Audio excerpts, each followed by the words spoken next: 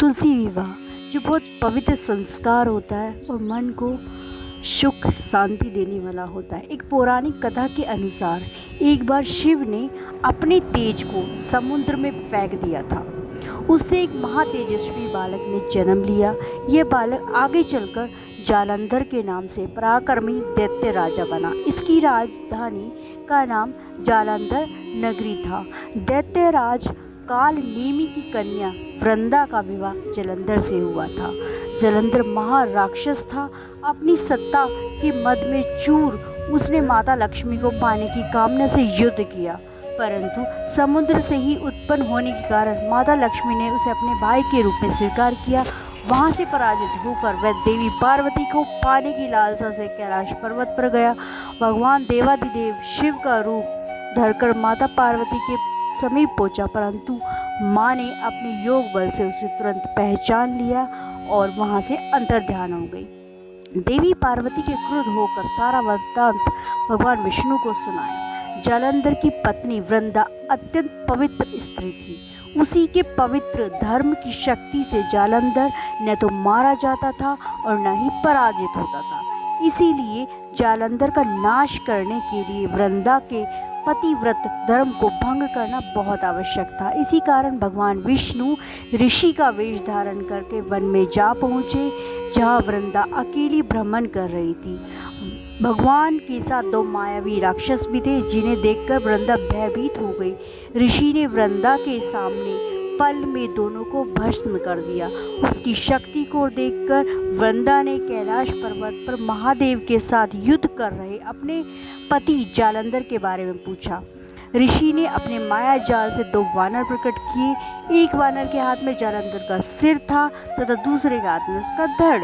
अपनी पति की यह दशा देखकर वृंदा मूर्छित होकर वहीं गिर पड़ी। होश में आने पर उन्होंने ऋषि रूपी भगवान से विनती की कि वह उसके पति को जीवित करे।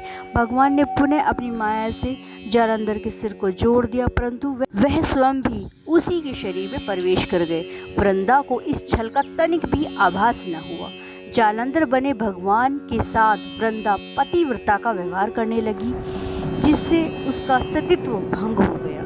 ऐसा होते ही वृंदा का पति जालंधर युद्ध में हार गया।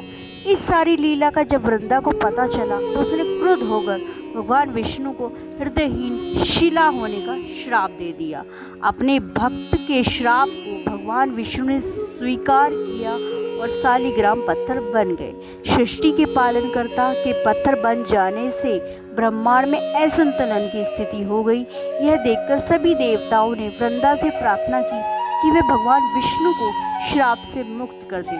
वृंदा ने भगवान विष्णु को श्राप मुक्त कर स्वयं आत्मदाह कर लिया। जहाँ वृंदा भस्म हुई वहीं तुलसी का पौधा उगा।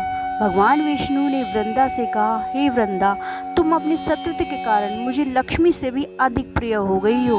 अब तुम तुलसी के रूप में मेरे साथ सदा रहोगी। तब से हर साल कार्तिक महीने की देव उठनी एकादशी का दिन तुलसी विवाह के रूप में मनाया जाता है। जो मनुष्य भी शालिग्राम के रूप में तुलसी विवाह करेगा उसे इस लोक और परलोक में विपुल यश प्राप्त होगा, ऐसा माना जाता है। जिस घर में तुलसी होती है वहाँ यम के दूत भी असमय नहीं जा सकते।